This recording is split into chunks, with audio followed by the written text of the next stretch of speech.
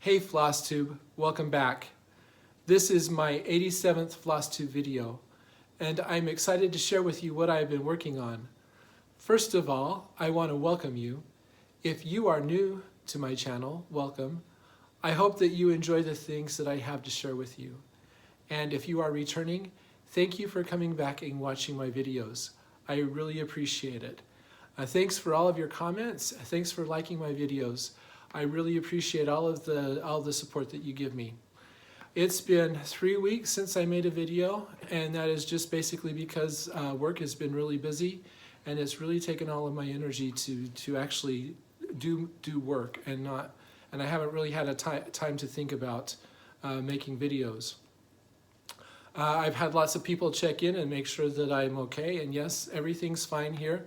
We are doing well. A little bit of news about my daughter. We now know that she is going to be spending, at the end of July, she is going to Utah. She'll be in Orem, Utah for a little while. That is temporary, and it's anticipated that when she is able to, that she will be able to go to Argentina like was originally planned. So we are looking forward to that. Today is Monday. I usually film on Saturday, but today I'm filming on Monday. It's a holiday, it's Memorial Day. It's a time for us to remember those who have served in the military. It's a time when I remember my grandfather. He and I share birthdays, and I always felt really close to him. He was a World War II veteran, and I think about him and about his experiences. He was in Europe. And was wounded in an explosion and lost an eye in World War II. And I think about him this time of year. So before we get started and talking about anything else, first of all, I want to respond to some questions that were left since I made my last video. So first of all, Ruth Ann asked me how many years I've been stitching. And I have been stitching, I think it's been about 26 years now, so quite a while. I haven't stitched, I've stitched more frequently the last 5 or 6 years. Before that it was more kind of on and off. There wasn't a lot of time to stitching when we had, there wasn't a lot of time to stitch when we had young kids. Okay. Virginia asked me if I use magnification when I stitch, and I don't. So I wear contacts. I can't stitch when I'm wearing my contacts. I can't see. That's because I have one eye is for near distance, and the other eye is for far distance, and I just can't reconcile that when I'm stitching. So I wear my glasses. I have progressive lenses, and those lenses are, my glasses are good enough for me to be able to see the fabric, to know where to stitch. So yeah, I haven't had to do any magnification. When my eyes first started acting strange, you know, you get old and your eyes, you start having a hard time seeing up close. I didn't realize what was going on, and I started to panic because I was having a really hard time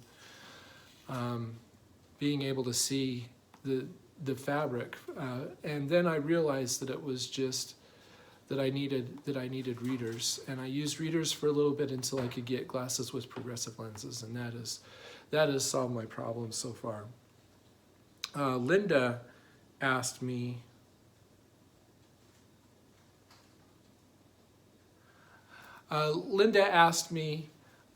for any tips on how to start a rotation. And I've thought about this a little bit. First of all, I use a rotation. I haven't been the last couple of months. I've kind of gone crazy, and we'll talk about that a little bit later. But when I do a rotation, the first tip that I would say is maybe start out small. When I start a rotation, I like to start out with 1 or 2 projects and then add a project every time I go through my rotation. One of the things that does is it makes it so the projects that you start out with, you get a lot more work on them, And so you have more of an opportunity possibly to get a finish rather than if you started out with 20 pieces all at once in a rotation, for example. So that would be my first tip. My second tip is, of course, this varies according to your preference. I prefer stitching on a project for about a week. That gives me the opportunity to get some pretty good progress on my projects. And it also makes it so that if, for example, something comes up and there's a night that I don't stitch, then I don't miss out on stitching one of the projects that was slated for that day. So kind of spread things out a little bit. And I would also say that you need to have a little bit of discipline if you're going to do a rotation, because a lot of times, every once in a while, there will be something shiny that pops up that you really want to stitch. And if you ditch your rotation to start that shiny something, then your rotation has kind of gone out the window. So you have to be kind of disciplined and stick with your rotation. And maybe that would be a reason why that wouldn't be something for you. But if you want to spend, I like to work on all of my projects. I mean, I've started them. I would like to get significant progress on each of them. And in order to do that, I have to have some kind of systematic way to work through them. Otherwise, either one or two things will happen. The first will be I can't decide what I want to stitch, or the second thing will be some projects would get more attention than others. So that is the main reason why I do a rotation. So basically, if you want to get started, I would list out all of the projects that you're working on, or if you aren't working on a lot, maybe kind of a list of the projects that you would want to start, and then just kind of map them out, block out, if you're going to do a week at a time, block out what week you want to do and just kind of arrange things up, and then, kind of make a plan and then stick to your plan. And pretty soon you'll be using your rotation.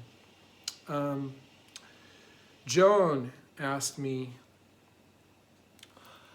so Joan asked me about 101 alphabets, and there was a row of Algerian eyelets in that I had stitched, and she asked me if I had used a pin stitch to start those. I don't know that using a pin stitch to start an eyelet would work very well. So I used an away knot. So basically, I just kept a length of floss and I put my needle down away from where I was going to stitch about a couple of inches, and then I stitched the first eyelet, and then in order to finish off that extra tail that I started out with, I ran that behind the stitches after I was finished.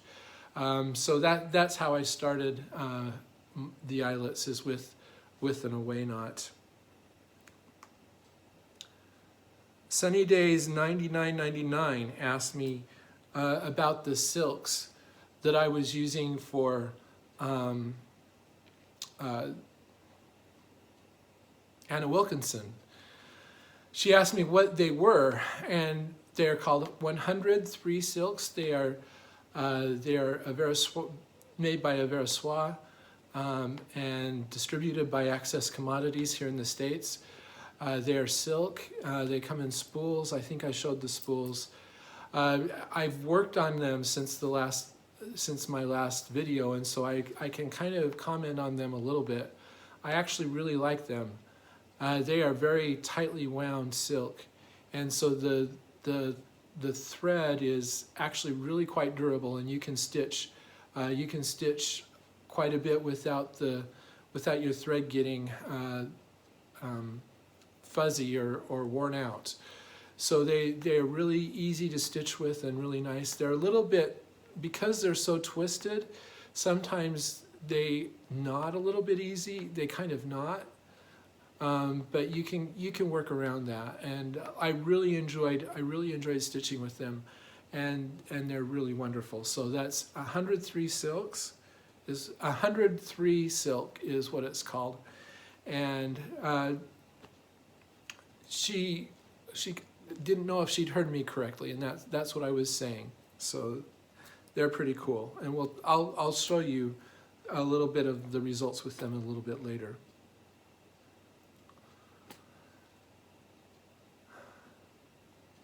So Clara asked me with my 4 seasons.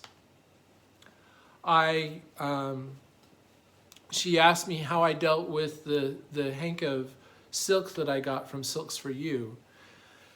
And of course it comes in a great big hank. It's twisted kind of when it comes it's kind of twisted like a hank of yarn, and I just kind of treated it like yarn. So I untwisted it so I had a great big loop, and then I rolled it into a ball.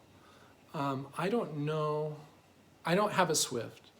So all I did is I took that loop and I put it around the back of one of our kitchen chairs, and then I just wound it into a ball, pulling it off of the chair.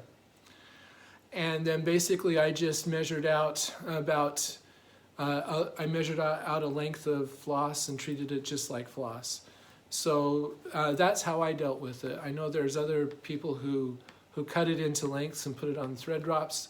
I guess you could do that, but I didn't. Working with it from a ball was actually pretty easy for me and worked really well. So,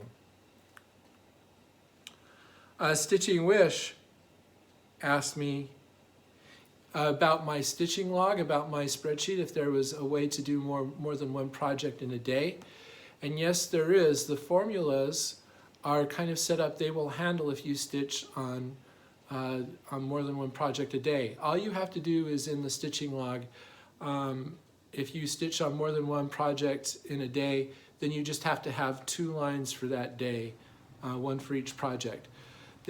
Your dates have to be sequential, so you can't have projects with different dates. You have to have the dates going this way, and if you have a day that you spent on more than one project, then you would have those 2 dates for those 2 projects right next to each other with the same date, and the software will take care of everything. So yeah, you can put more than one project in any day. That is the only thing that you have to be careful with.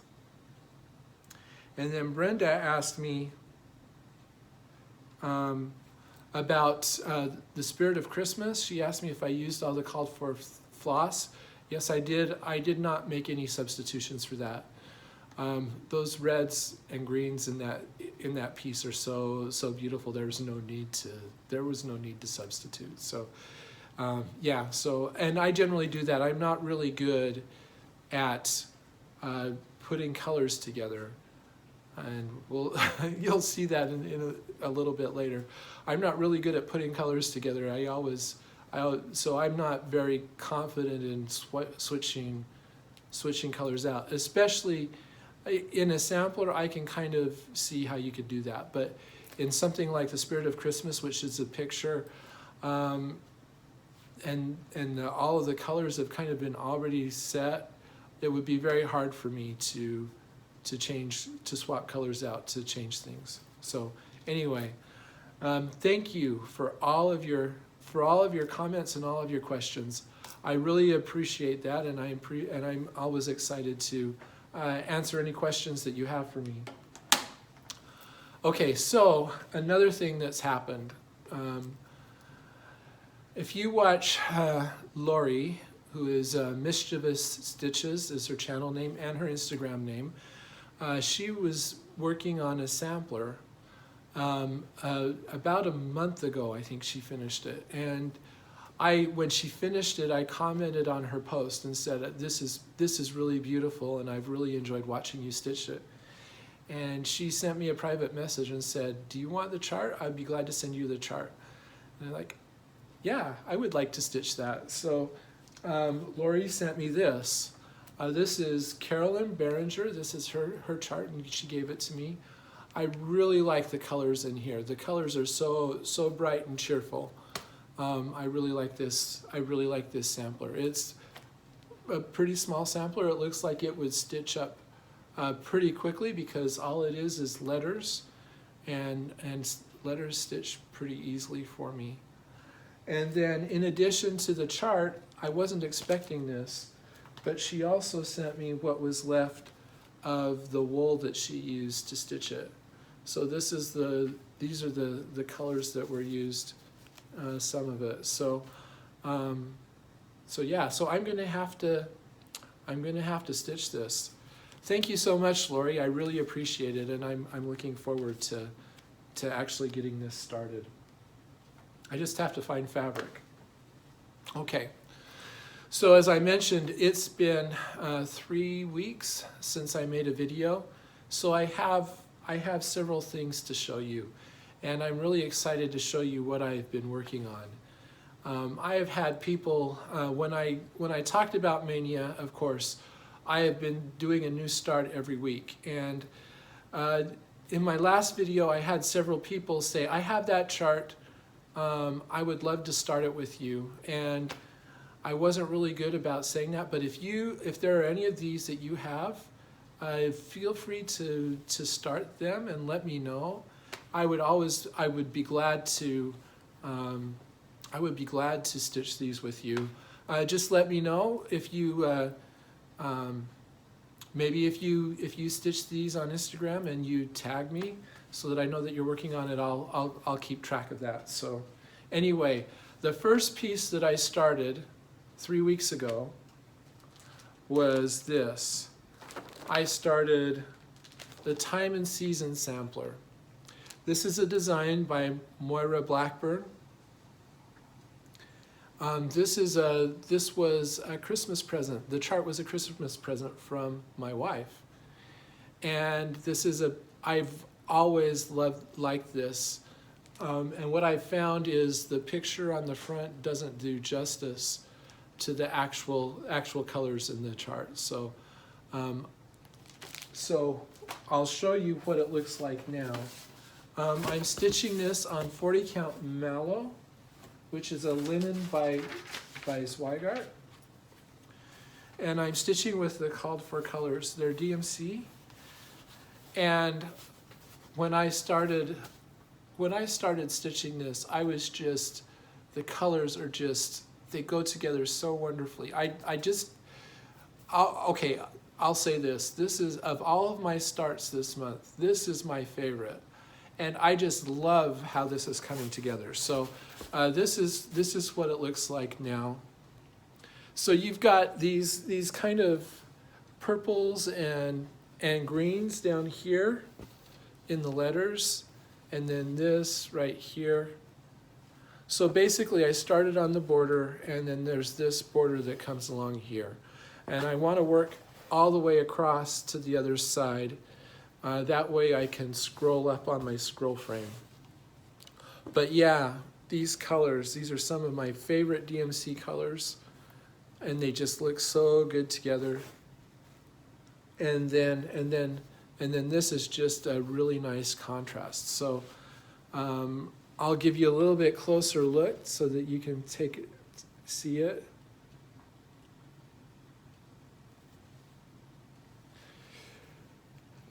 Yeah, so this alphabet is pretty cool. I'm almost finished with the alphabet. I decided to stitch the alphabet instead of stitching all the way across because this is pretty repetitive all the way across. I decided to try to split things up by stitching a little bit of the alphabet and then stitching some of this border. Also, just as a heads up, I've found that in this border there are some differences from over here to over here, kind of mostly in the green vine, as in the chart. But when I look at the picture looks consistent all the way across. So I am kind of keeping track of where I am and making sure that I make this match the picture rather than the chart, because there's a couple of places where the chart is a little bit different. So yeah. But I really like this. These are pomegranates, I think. They look really cool. And then you've got these kind of leaves on the side. So yeah, I am really happy with how this is turning out.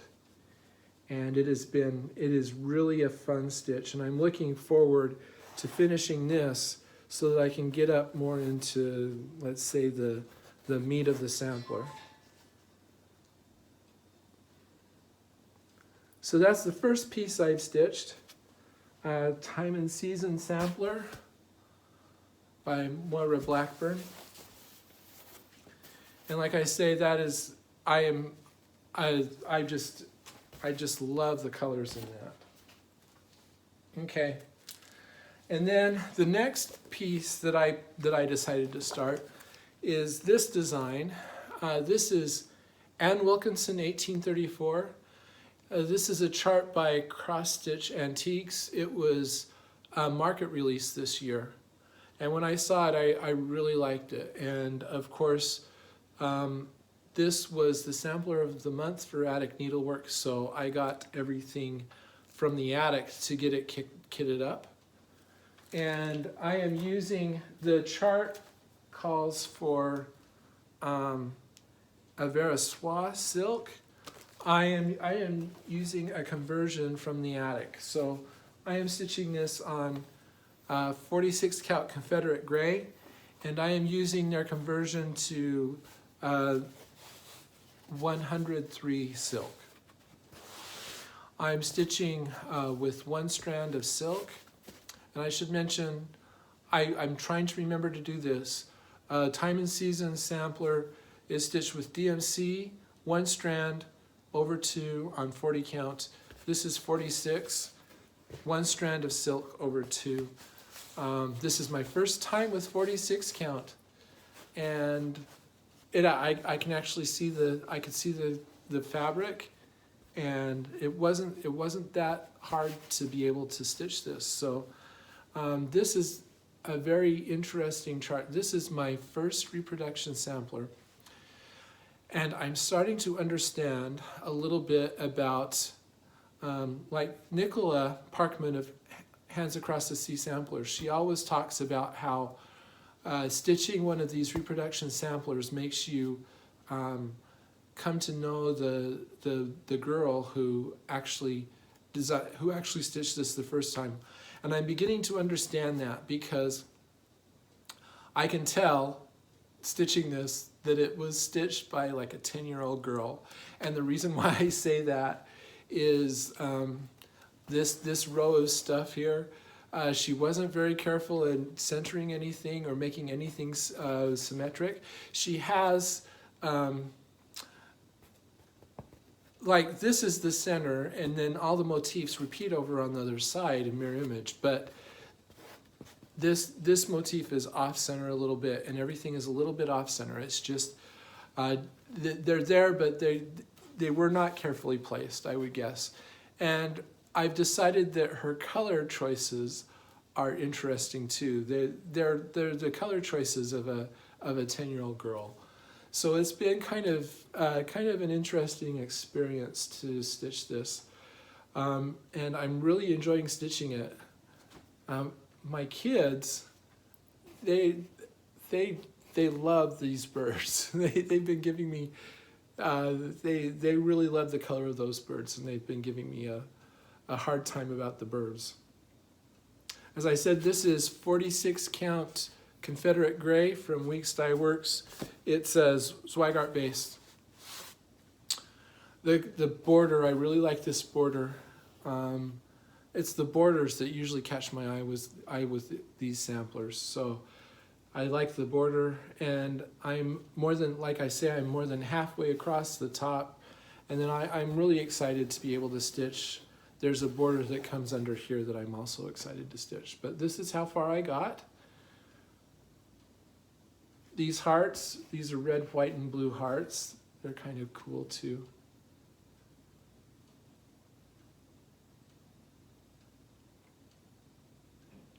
So there's Ann Wilkinson.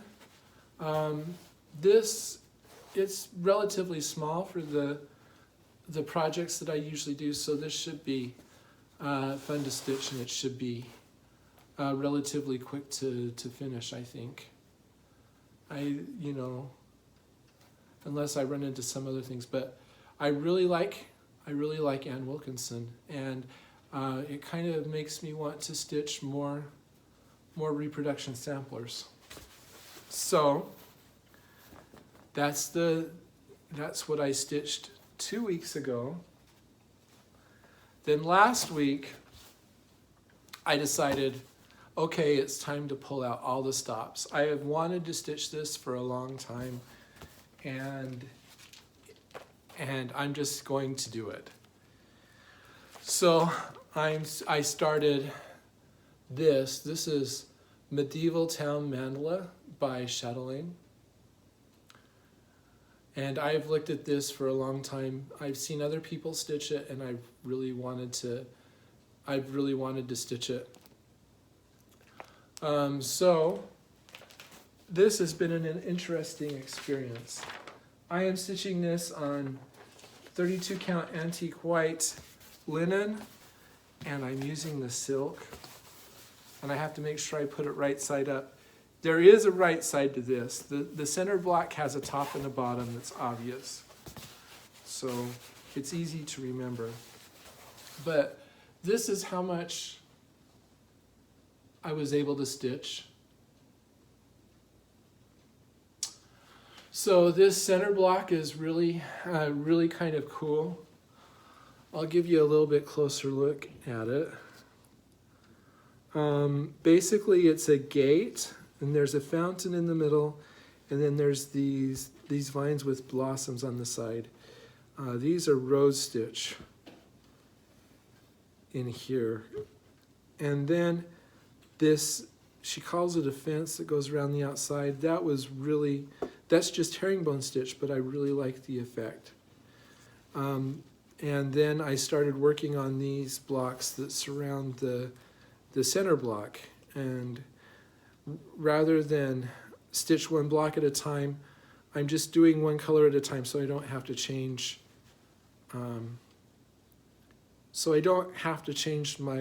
the floss on my needle as much. This has been an interesting experience. I'm not parking, and it has been a long time since I've stitched this way, and so it's been kind of an interesting experience to not park and to stitch one color at a time. So far it hasn't been very bad. Doesn't seem to be really confetti heavy, so that I can handle it. If I get to a place that turns out to be full of confetti, I may have to start parking. But it feels really strange to start in the middle. I usually start in a corner, and it feels kind of strange to do that. But I'm really liking how this turned out. This has been another interesting experience because there's some fibers that I am using that I have never used before, and it's been kind of fun to see the different colors of silk and how they all go together. So yeah, this I think is going to take me a while to stitch because it's so big and so complicated. I mean, so like once I finish everything that's in the squares, then there's like metallic that goes all the way around here. And then, I mean, it's just going to get more and more complicated as the further out I get from the design. But that is what I would call a good start.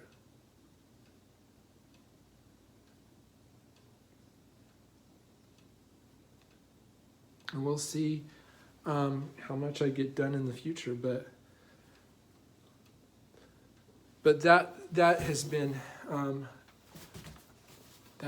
really fun to stitch.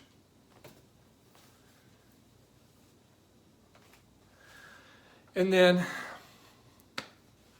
okay, so I decided this is kind of my dilemma, I guess would be the correct way to phrase it. I decided to start stitching dragons. This is a design by Stickydien van der Weenberg.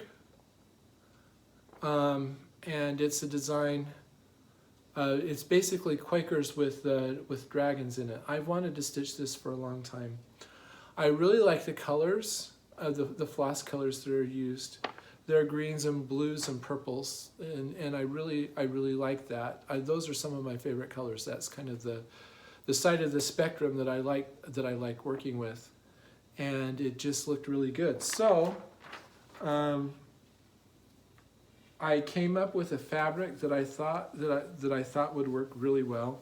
This is 36 count raw natural by Zweigart raw natural linen, and I started this on Saturday, and this is how it turned out.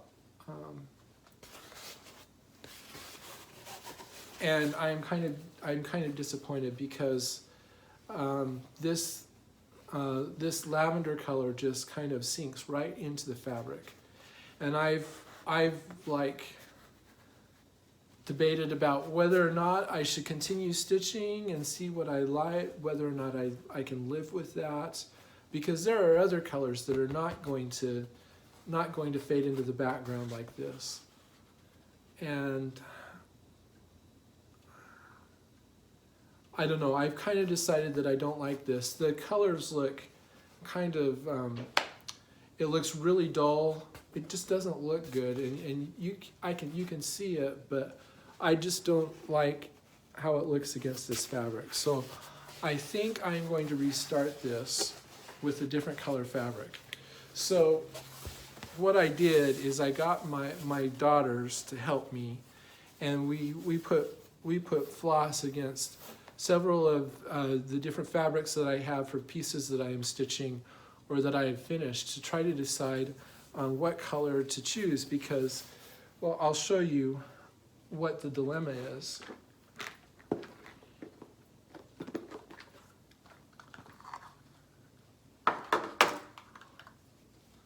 So these are the colors, and you can see there's some dark blues, and then there's this really light blue, and this really light purple, and then this is the color that I was stitching with. And I think the light colors make it hard to come up with a fabric. If your fabric is too light, these light colors are going to not show up very well. But you also have these dark colors. So if your fabric is too dark, then the dark colors are gonna sink into the fabric. And I think we came up with a fabric that will look really well, because when I hold these colors up, the light colors really glow. They almost glow against this fabric, and the dark colors still look like there's a good contrast. So this, I think I need to get a piece of this color fabric to use for this. I think this will work very well.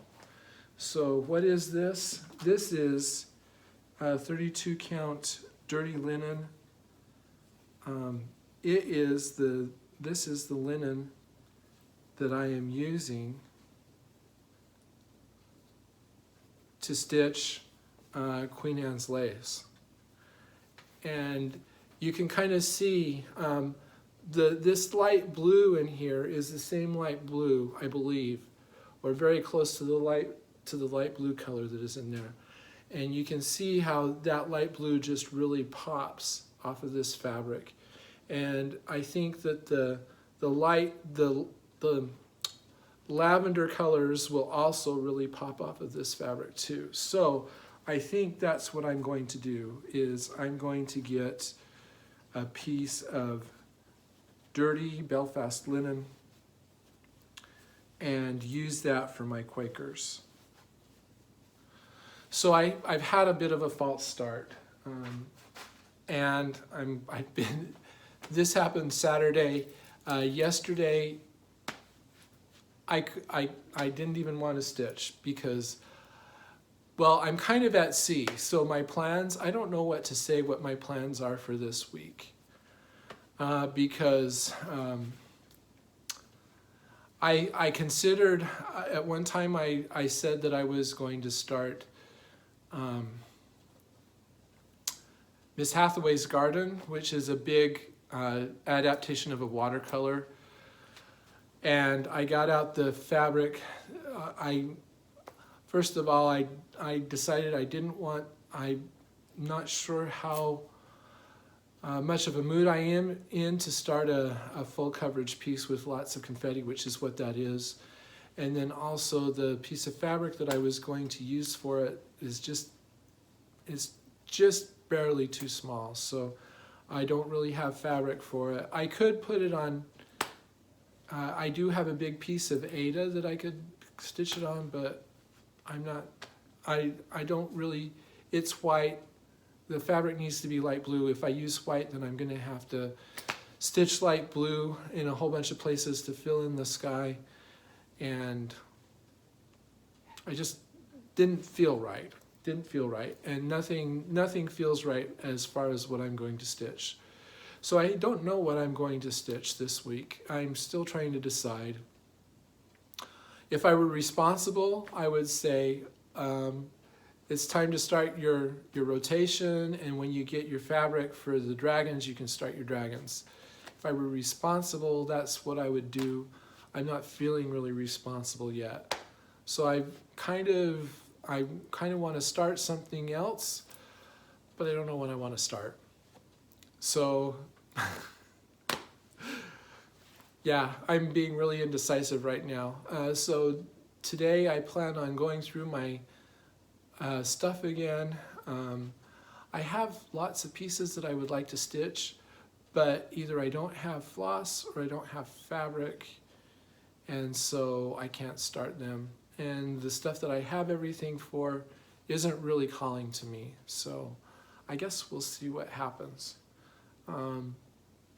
Yeah, that's kind of a downer, I guess, for a way to end a video. But I definitely, by this evening, I will know what I'm going to stitch.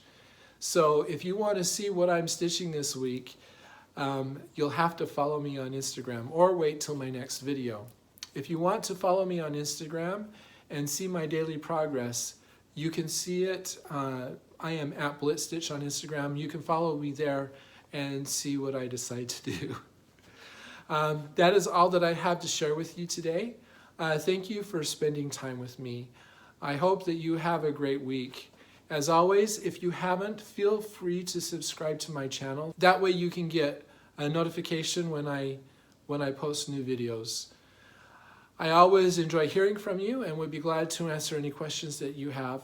And feel free to like this video if you would like to. That would really help me.